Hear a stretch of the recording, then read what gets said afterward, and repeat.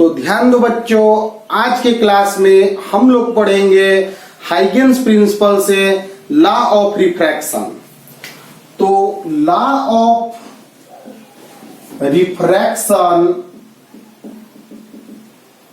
Bye Huygens principle. Huygens principle यह Dutch scientist है। यह बताए कि लाइट जो है वह मैकेनिकल वेव होता है, जिस मीडियम में चलता है उसे हम लोग ईथर मीडियम कहते हैं। लाइट एक सोर्स है, वह वेव की तरह आगे ट्रांसमिट करता है, वेव की तरह आगे बढ़ता है और बढ़ने के क्रम में वह मीडियम को डिस्टर्ब करता है। तो डिस्टर्बेंस से जो फिगर बनता है वही वेव फ्रंट होता है। किसी भी लाइट सोर्स से एक वेव फ्रंट का निर्माण होता है और वह वेव, उस वेव फ्रंट पर जितने भी पार्टिकल्स हैं वह सभी सेकेंडरी सोर्स का व्यवहार करते हैं और वह सभी सेकेंडरी सोर्स एक नया वेव फ्रंट क्रिएट करता है जिसे सेकेंडरी वेवलेट कहते हैं। वो अपना अपना वेव फ्रंट बनाने लगता है, उसे सेकेंडरी वेवलेट कहते हैं। उन सेकेंडरी वेवलेट्स पर कॉमन टेंजेंट ड्रा करोगे तो नया वेव फ्रंट का पोजीशन पाओगे। तो यह एक वेव फ्रंट था, फिर यह एक वेव फ्रंट था। एक वेव फ्रंट के सभी पार्टिकल्स एक ही फेज में, एक ही स्थिति में होते हैं। एक वेव फ्रंट से दूसरे वेव फ्रंट तक जाने में जो टाइम लगता है वह कांस्टेंट होता है। एक ही स्थिति में कब होगा? जब एक ही टाइम में पहुंचा होगा। यह पार्टिकल ऑसिलेट करके एनर्जी को यहां पहुंचाया और यह पार्टिकल ऑसिलेट करके एनर्जी को यहां पहुंचाया। तो अगर टी टाइम में एनर्जी यहां पहुंचा है तो फिर टी टाइम में यहां एनर्जी पहुंचा है, तो इन दोनों को मिलाएंगे, यही तुम्हारा वेव फ्रंट का लोकेशन है। यही हाइगेन्स प्रिंसिपल है। जो बच्चे आज क्लास देख रहे हैं वह वेव ऑप्टिक्स का 1 और 2 वीडियो भी जरूर देख लेंगे आज के क्लास को समझने के लिए। ध्यान दो बच्चों, यहां पर इधर मीडियम 1 है, मीडियम फर्स्ट और यह है मीडियम सेकेंड। मीडियम फर्स्ट और मीडियम 2 यह इंटरफेस है, दो मीडियम का बाउंड्री है। एक wave front, plane wave front, इस तरह से प्लेन वेव फ्रंट जो है, प्लेन वेव फ्रंट आगे यह वेव फ्रंट बना, यह डिस्टर्ब करके आगे की ओर बढ़ रहा है तो यहाँ एक वेव फ्रंट बना, फिर वेव फ्रंट बना। इस तरह से वेव फ्रंट आगे की ओर बढ़ते जा रहा है, प्रोपागेट लाइट होते जा रहा है।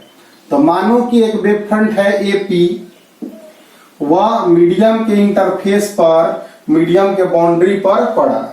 यहाँ पे ए पड़ गया तो रे जो दिखाते हैं वह वेव फ्रंट के परपेंडिकुलर होते हैं।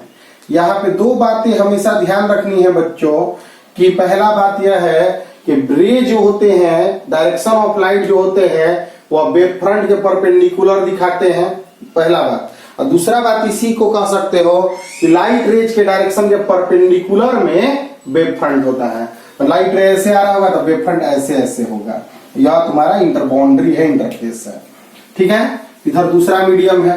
तो कहने का मतलब है कि P से P' तक जो यहां से जो लाइट सोर्स है P से P' तक आया तो कैसे आया होगा? तो यह जो पॉइंट है वह अपना सेकेंडरी वेवलेट्स क्रिएट कर रहा होगा। इस तरह से P जो पॉइंट है वह अपना सेकेंडरी वेवलेट्स क्रिएट कर रहा होगा और पहुंच गया P' पर, यानी P' पे ऐसे करके P' पे यहां पहुंच गया। तो P जितना देर में P' पे पहुंचा उतना देर में A का उतना ही टाइम में A जो है कहीं A' पे पहुंच जाएगा। A पॉइंट जो है उसका भी अपना सेकेंडरी वेवलेट्स ऐसे ऐसे क्रिएट हो रहा होगा बच्चों, ठीक है। तो A का पॉइंट यहाँ पे कहीं A' पे पहुंच गया, ध्यान समझो। A का पॉइंट यहाँ क्या पहुंच गया? A' पे पहुंच गया, उतना ही टाइम में A' पे पहुंच गया।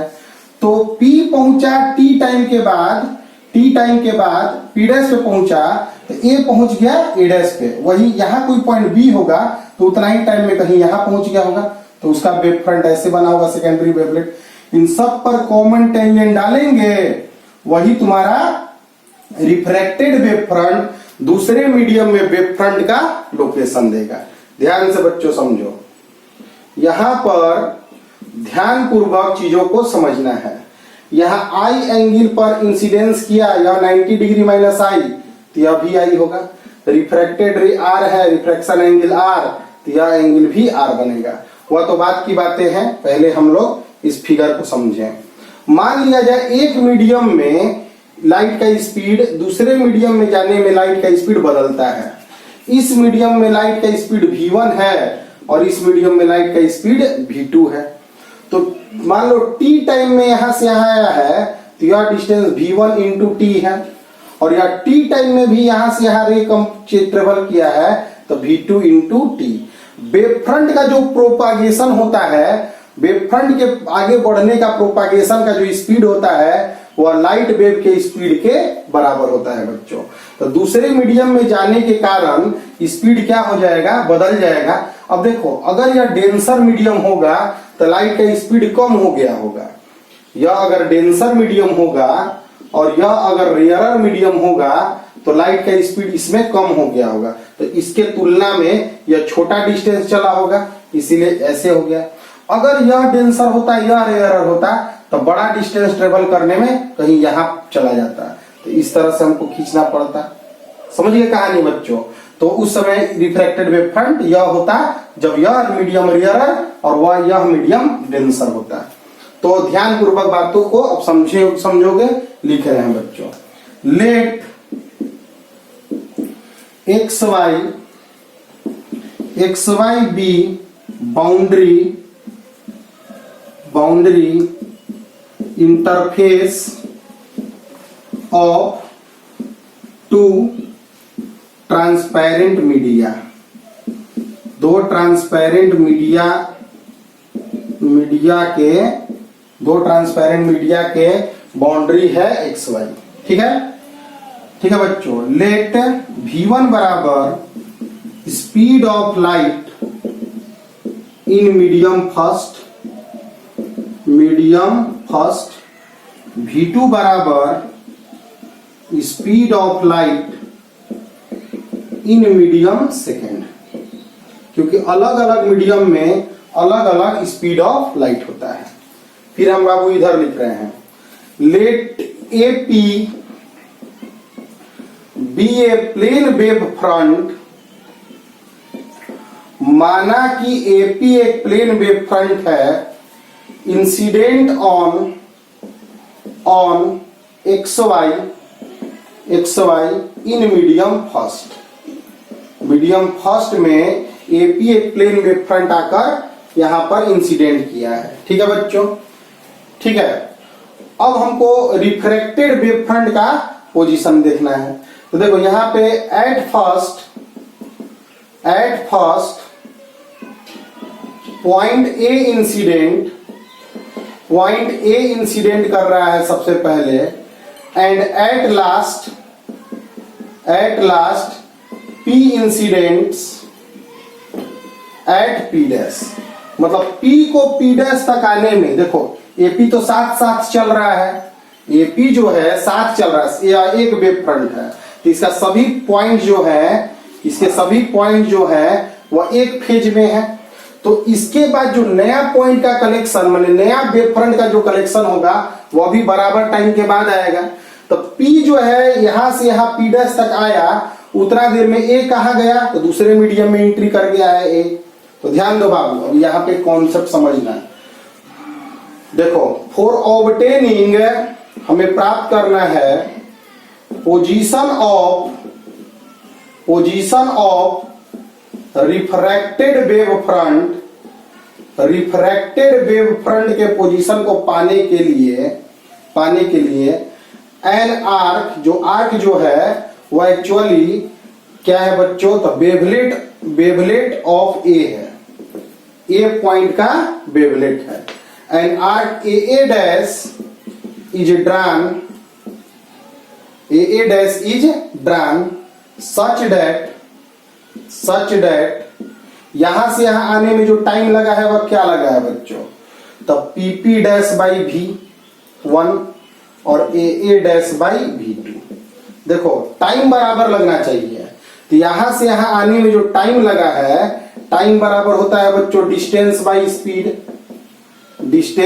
स्पीड। तो डिस्टेंस है यहाँ पीपी डैश, और इधर मीडियम स्पीड क्या माने हैं v1, इधर डिस्टेंस है ए डैश और स्पीड क्या है v2, तो ए डैश बाई v2, यानी ये एक्चुअली क्या है बच्चों, टाइम है, और टाइम क्या होना चाहिए, कांस्टेंट होना चाहिए। इसका मतलब यह है बाबू कि t अगर हम टाइम माने तो pp डैश मेरा v1 इंटू टी है और ए डैश मेरा v2 इंटू टी है। क्लियर आ गया है आपके बात। तो सबसे पहले दो मीडियम है, दोनों मीडियम अलग अलग मीडियम है, तो दोनों में लाइट का स्पीड अलग अलग है। दोनों मीडियम का बाउंड्री जो है एक्स वाई है। एक प्लेन वेव फ्रंट आकर पहला मीडियम से बाउंड्री पर पड़ा, तो पहले ए पड़ा और पी आके पड़ा पी डैश पे, तो पी का वेवलेट पी डैश तक पहुंचने तक में ए का वेवलेट कहां पहुंचेगा, उतना ही टाइम में। तो ए का वेवलेट पहुंच गया ए डैश पर, ए का वेवलेट मान लीजिए कहां पहुंच गया बच्चों, ए डैश पर टी टाइम में। तो टी टाइम में पी आया पी डैश पर और ए का पॉइंट आ गया बच्चों ए डैश पर। तो ए डैश पर पी डैश से जो टेंजेंट खींचेंगे, क्योंकि सेकेंडरी वेवलेट्स पर जो टेंजेंट कॉमन टेंजेंट खींचा जाता है, यहाँ एक वेवलेट बना है और यहाँ एक वेवलेट बना है, तो जो कॉमन टेंजेंट खींचा जाता है वही है पोजीशन रिफ्रैक्टेड वेव फ्रंट का। इसको बाबू वीडियो रोक कर वहां यहां से लेके वहां तक तुम बच्चों नोट कर लोगे, फिर हम इसको आगे बढ़ाते हैं, ध्यानपूर्वक समझोगे।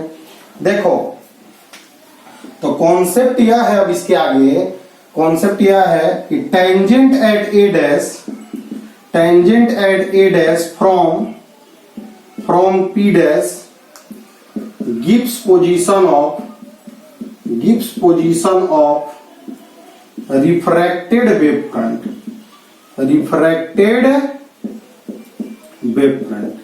तो AP जो है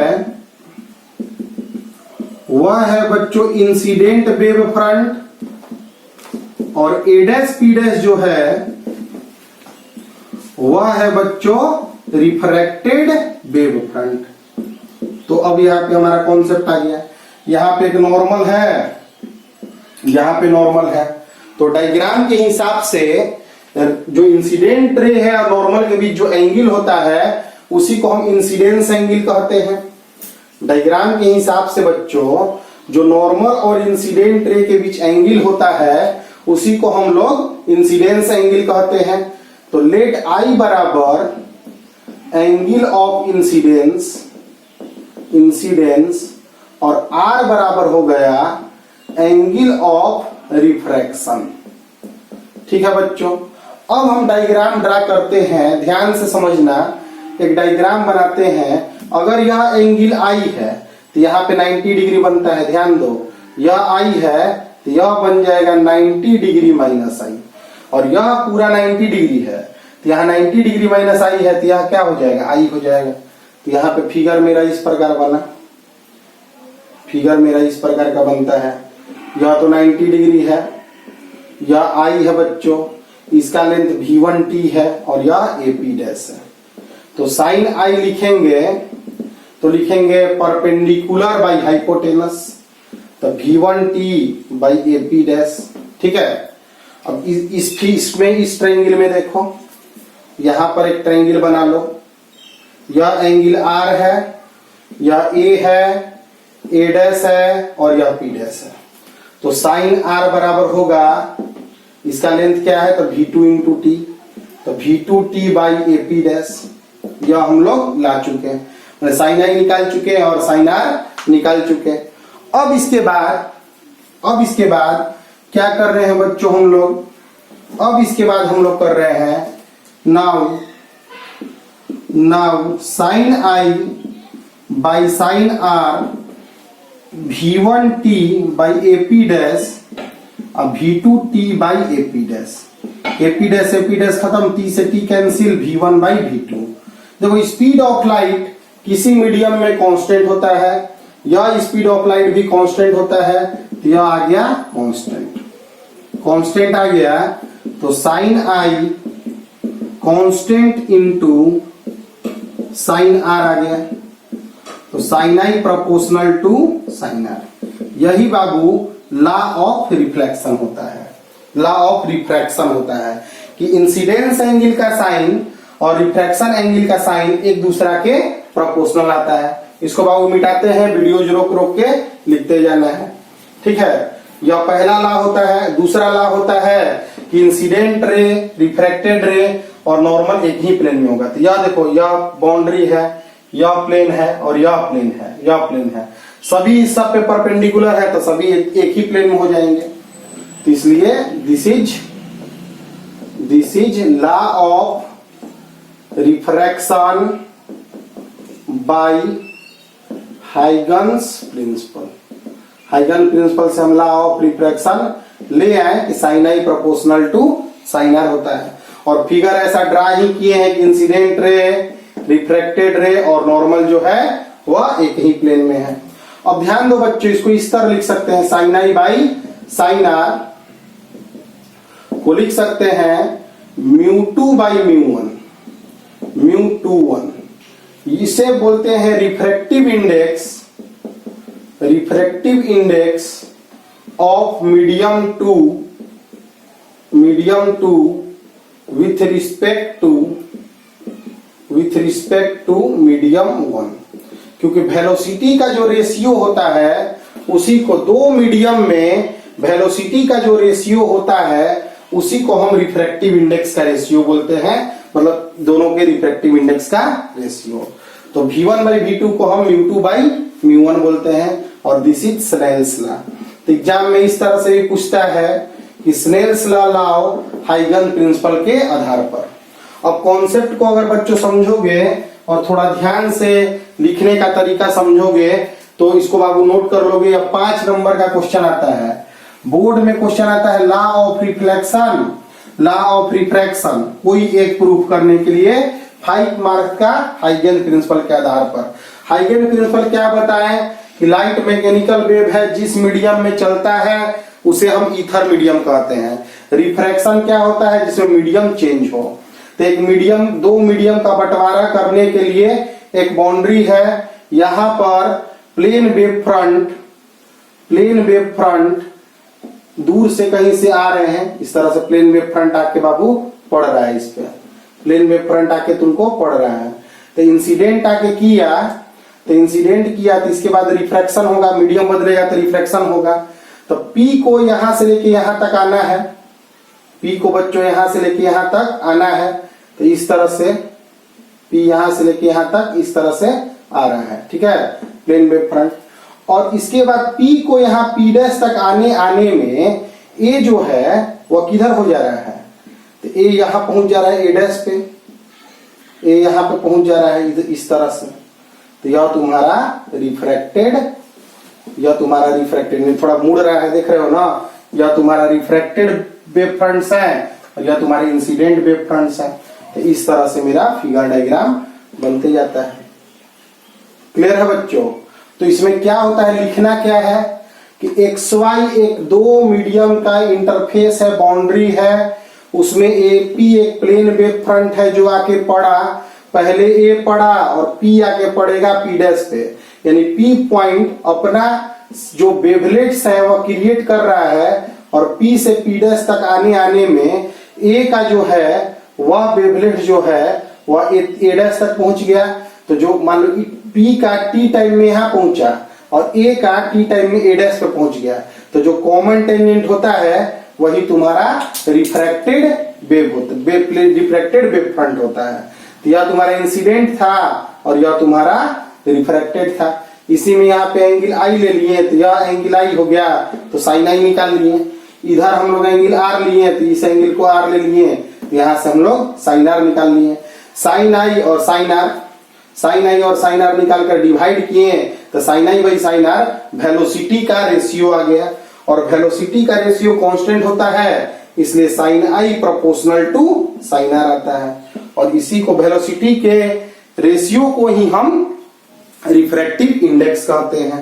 तो यहां से हमारा प्रूफ हो गया स्नेल्स लॉ और लॉ ऑफ रिफ्रैक्शन। पूरा ध्यान से बच्चों रिपीट करो कि माना कि एक एपी प्लेन वेव फ्रंट आकर बाउंड्री पर पड़ता है, P को P' तक आने में जितना टाइम लगेगा उतना टाइम में ए कहां पहुंच गया है तो ए डैश पर, तो पी डैश ए डैश पर जो टेंजेंट होगा वही रिफ्रैक्टेड वेव फ्रंट है, और रिफ्रैक्टेड वेव फ्रंट के बाद रिफ्रैक्शन एंगल और इंसिडेंट एंगल निकालकर sine I by sine R 2 figure से निकालकर हम लोग क्वेश्चन को बना लेंगे। अब कहने का मतलब है कि जब दो मीडियम में, एक मीडियम से दूसरा मीडियम में लाइट आता है तो क्या नहीं बदलता है, तो नहीं बदलता है फ्रीक्वेंसी।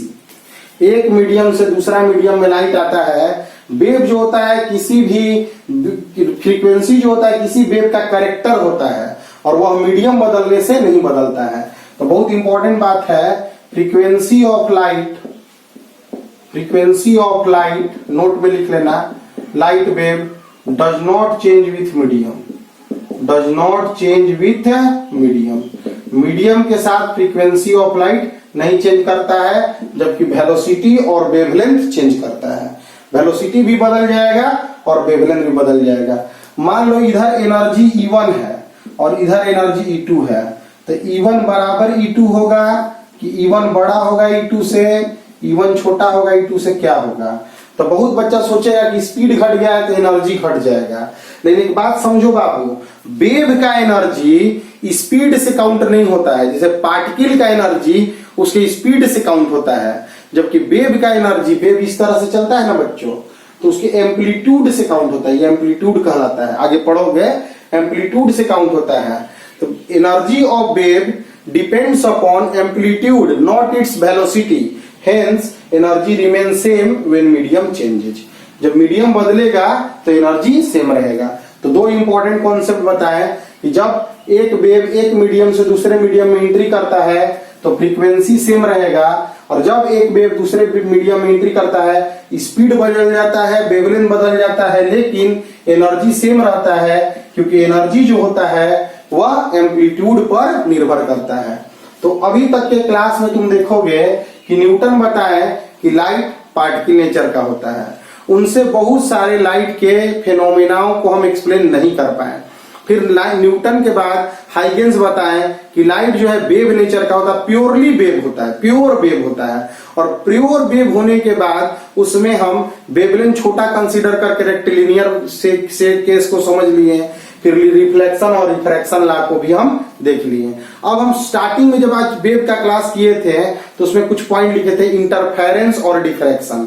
तो अगले क्लास में हम तुम लोग को बताएंगे इंटरफेरेंस ऑफ लाइट वेव क्या है, इंटरफेरेंस ऑफ लाइट वेव क्या होता है, लाइट वेव का एडिशन कैसे होता है, लाइट वेव आपस में सुपर इम्पोज कैसे करता है। तो अगला क्लास बहुत इंपॉर्टेंट क्लास है, और वेव ऑप्टिक्स 12th बोर्ड के लिए किसी भी बोर्ड में, या वह स्टेट बोर्ड दे रहा हो या वह सीबीएसई बोर्ड दे रहा हो, बहुत इंपॉर्टेंट चैप्टर है। इसलिए अभी तक 3 वीडियो गए हैं, तीनों वीडियो को कंप्लीट करो, और मिलते हैं अगले क्लास में हम लोग इंटरफेरेंस टॉपिक को लेकर।